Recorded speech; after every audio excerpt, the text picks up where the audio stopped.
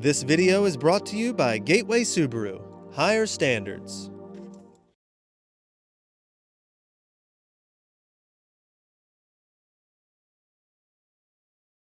Outdoors Delmarva covers everything outdoors, including real hunting and fishing situations involving wildlife. We do our best each and every week to keep it tasteful, but discretion is advised. Now, enjoy the show.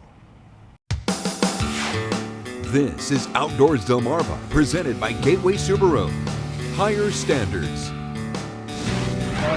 Bring it in. This week on the show.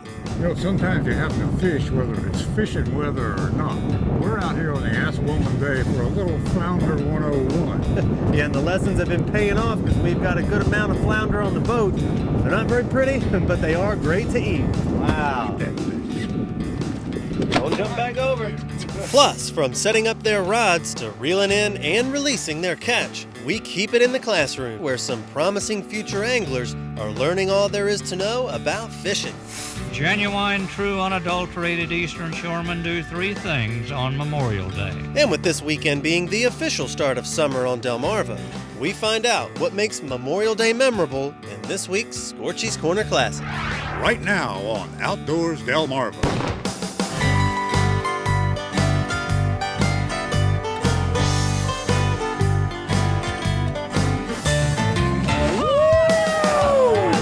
This is Outdoors Delmarva, presented by Gateway Subaru. Higher standards. And now, here's Andrew Tawes and Captain Willie Dykes. Thanks for watching Outdoors Delmarva. I'm Andrew Tawes. And I'm Captain Willie Dykes. And Andrew, this is my first flatfish safari out here. And it's kind of cold and it's windy, but sometimes you got to go fishing when the fish are out there. So we've been catching a few. Yes, we have, and seems like I've been catching a few more, but that's how it always is, right? Turns into a friendly competition when you're out here on the boat. And Willie, since this is your first time flounder fishing, we're getting a little Flounder 101 from our buddy Frank Watkins out here on the Assawoman Bay on his boat, finally, as in finally caught a fish. Yeah, and I finally caught the biggest one so far, too. And I'm just hooking. Before their winter migration into the waters of the Atlantic, flounder are here for us to catch. But it's not as simple as casting a line and hoping for the bite. These flatfish hide out on the bottom, waiting for food to venture past. So the first key to catching this Delmarva delicacy is knowing where to fish. You know, when you get wind against tide, it creates a little bit of a problem because then you're not really drifting effectively. Frank Watkins has flounder fishing down to a science. This retired angler has made the most of his opportunities to fish inshore here in Ocean City. Everyone has their favorite hook, their favorite place to fish, their favorite tide. As far as what Frank is using, he doesn't stick to just one thing. Either just gulp, simple, and it's a white gulp on, this happens to be a blue and white spro. Frank also mixes in a little flounder belly and live minnows. So I have a combination of a gulp and a minnow. With our location mapped out and our rigs ready, another factor to be aware of is water temperature. Early spring, they sort of like the water temperature. Once it gets up above about 58, they'll start talking to you. The eyes on the top of the head of the flounder, they're looking up. Yeah. So anything that comes over their head, they're going whoop. Okay. So they'll come right up to you. They don't care. So Lay there and wait. They'll go after. they're aggressive. When they're hungry, they get pretty aggressive. Somehow, with our bombardment of questions, Frank has managed to get his 4 rods in the holders. Okay, We're doing a little power trolling with Frank navigating through the shallow water. Now, are we looking for the rod tip to really go down, or It will bounce. a little movement? Well, it varies, but I mean, generally you'll see that rod tip go pump, pump, pump, pump, pump. And before we know it, we've landed the first fish of the day. Take it off. All right. Don't pull them up. Okay. Okay. That's a nice one. Keeper. What I do with this, right behind it. Oh, we got one. Make sure you get that first one so you don't have to eat Vienna sausages tonight. The thing is just catching the first fish. I'm not eating egg on my face out here fishing with you guys. Not long after, a little bumping action is spotted on one of the rods, and Captain Willie is up.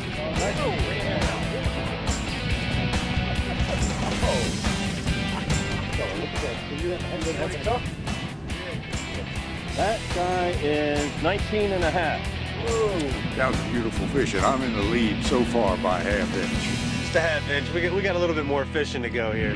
Another lesson to learn is to check the speed that you're drifting. It was only when I kicked up the speed just that little bit that the guy decided that this is time to hit. Frank heads to a sandbar in the middle of the bay, not too far from where we've been fishing. The fish a lot of times lay right on that slope trying to get anything that comes off that sandbar.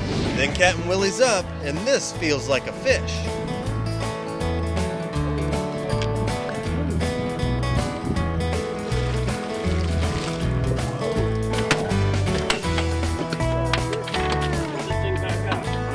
He's looking at me with both eyes. He is an ugly fish. Look at that. That is. They got his two eyes there, so he could keep lay on one side and keep an eye on everything above. And he does have some really gnarly little teeth in there. The action begins to heat up again. Most of them keepers and a throwback or two. 17. 17. I'll take it. Some flounder are still in the mood for food, and after this one is in the boat, we assess the standings of our friendly flounder face-off. So what's the count now? I forgot. I know. We're either tied or I'm one. You have more fish than I have the biggest fish. We decide to call it quits for the day, but as we're reeling in the lines, it looks like one fish still has the munchies.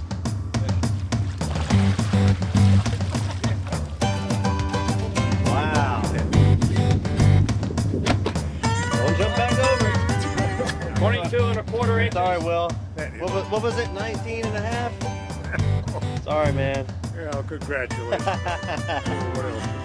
Some friendly competition is only natural, but a day on the water with good fishing and good company makes you forget all that nonsense. Although I did get the biggest fish.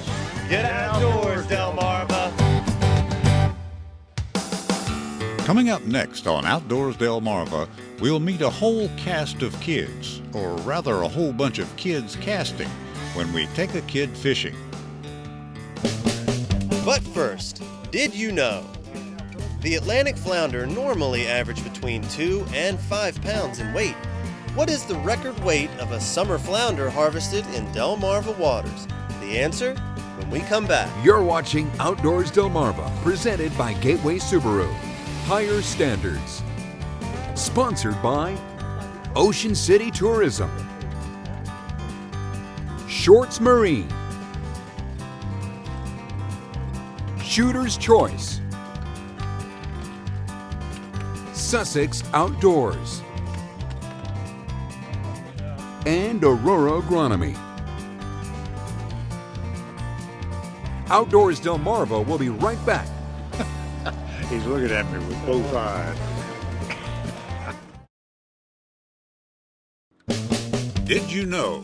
According to the Maryland Department of Natural Resources, the record weight of a summer flounder harvested in Delmarva waters was a whopping 17-pounder, caught off Assateague Island in October of 1974.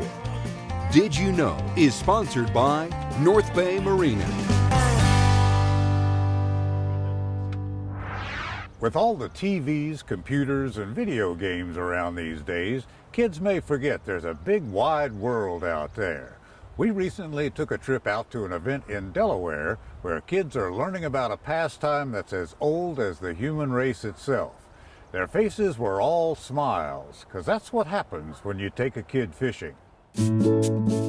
There's always something going on at the Abbott's Mill Nature Center near Milford in Sussex County. And on one recent weekend, about 30 kids and their parents got together for a little rest and relaxation, partaking in an activity that's as old as the hills. We're talking about fishing.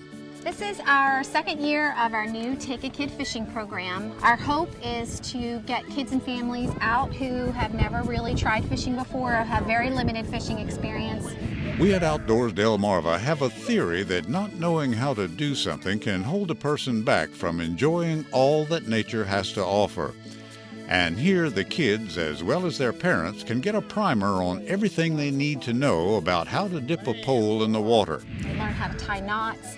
They learn how to rig a fishing pole. They learn how to cast the proper way, emphasis on safety. And then we have a biology station. We talk about catch and release. We let the kids look at a real fish scale. We talk about how the scientists age the fish. And when you throw a fish back, what don't you want to do?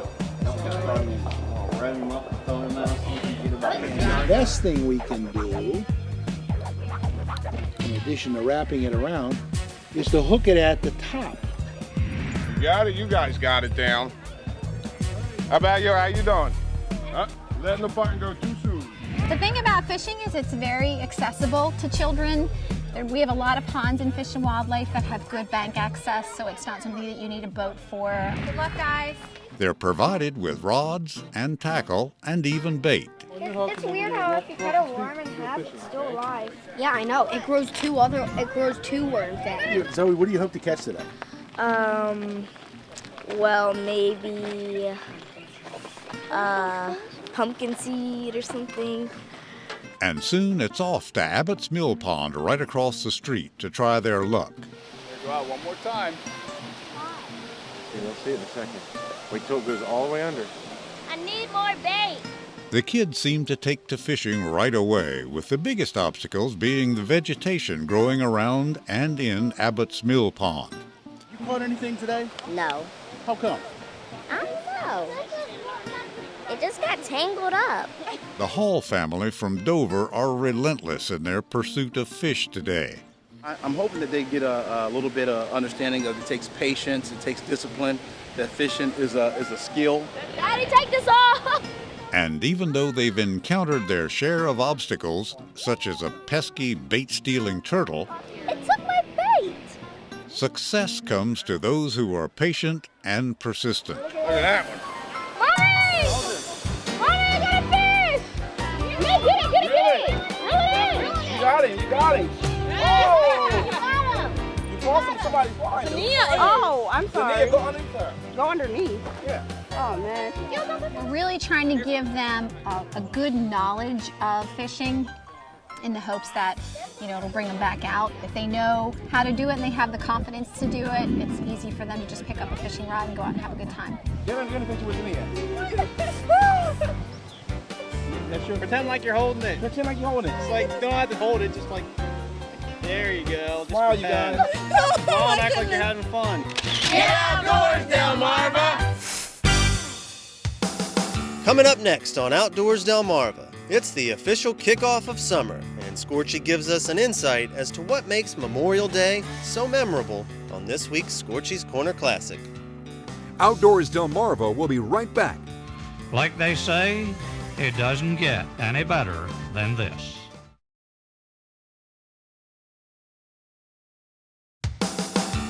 You're watching Outdoors Delmarva, presented by Gateway Subaru. Higher standards.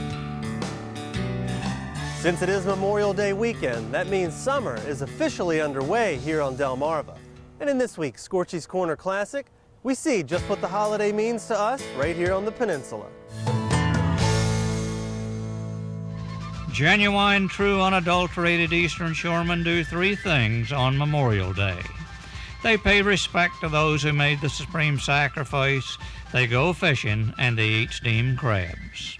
Unlike our brethren from those foreign lands west of the Chesapeake, most of us true unadulterated Eastern Shoremen shy away from where everyone else goes.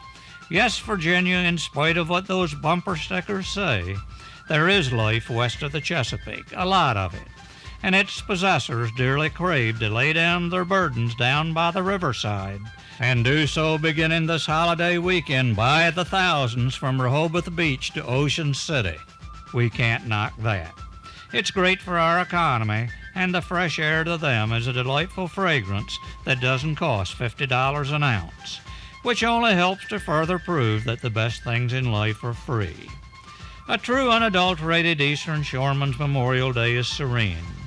They quietly pay their respects in the morning, then follow with the steamed crabs, whose preparation is just as simple as boiling water. In case you just arrived from Mars and don't know, here's how. Our steamer holds 3 dozen, or a half bushel. To these we add a half a cup of seafood seasoning, a half a cup of salt, 3 cups of white vinegar, and 3 cups of water. or beer if you prefer. Steam for 20 to 30 minutes, sprinkle on more seasoning, and this is what you have. After a full belly of Chesapeake's finest comes fishing time. The true unadulterated Eastern shoreman goes fishing late in the evening. The early anglers are on their way home. The fish have settled down after a day of being scared out of their scales by hundreds of roaring motors and are ready for supper. Peace and serenity prevails. Like they say, it doesn't get any better than this. Korchis wandering our Delmarvelous land for WBOC News. Coming up next on Outdoors Delmarva, we go back to the classroom where some middle schoolers get a marshy education. Outdoors Delmarva will be right back.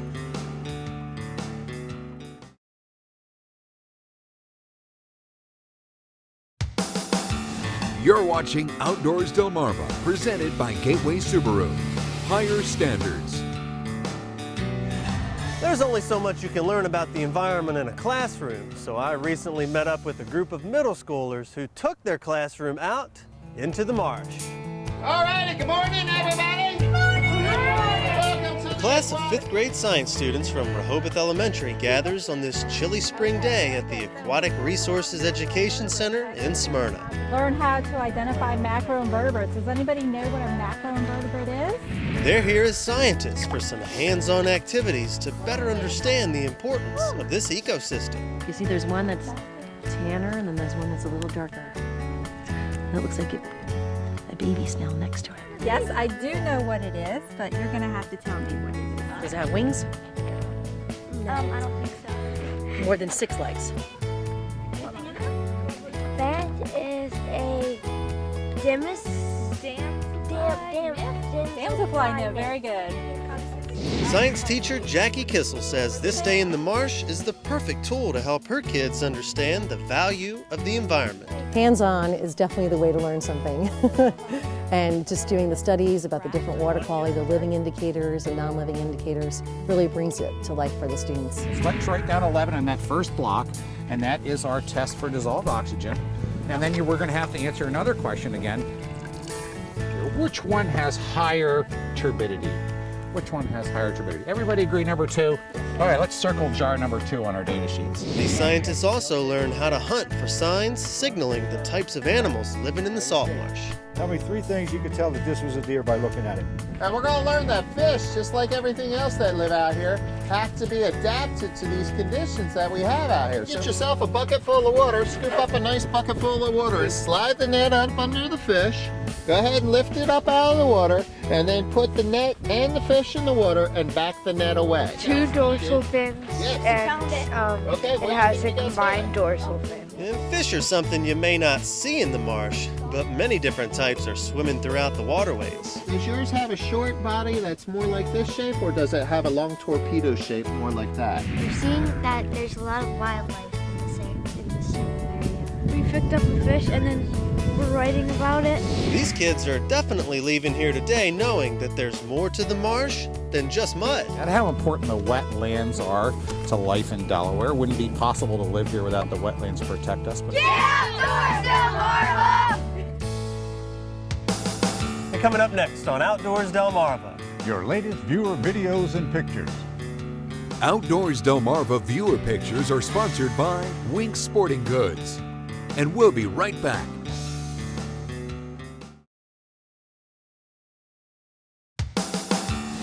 You're watching Outdoors Delmarva, presented by Gateway Subaru. Higher standards. Sponsored by Ocean City Tourism, Shorts Marine, Shooter's Choice,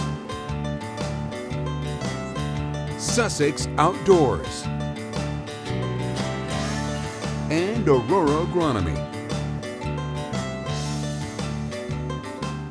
It's Time now to take a look at some of the videos and pictures sent in by our own Outdoors Delmarva viewers. Someone who didn't need to take our Flounder 101 class is 12-year-old Brooke Harding of Hurlock, Maryland. She caught this huge 24-inch flounder at Watchaprig. Nice catch, Brooke. And our friend Debbie Vasiglia of Long Neck, Delaware had a great day fishing at Mills Barrel Pond with her husband Joe. On the line are crappie, yellow perch, bluegills, and pickerel. Well, Andrew, we had some great adventures this week, and at least we didn't get caught up in that who caught the biggest fish thing. Well, that's only because you didn't catch the biggest fish. I did. Well, that's different. Until next time, from our partner Andrew Taws, I'm Captain Willie Dykes, reminding you to get outdoors, Delmarva. Didn't get caught up in the hoopla.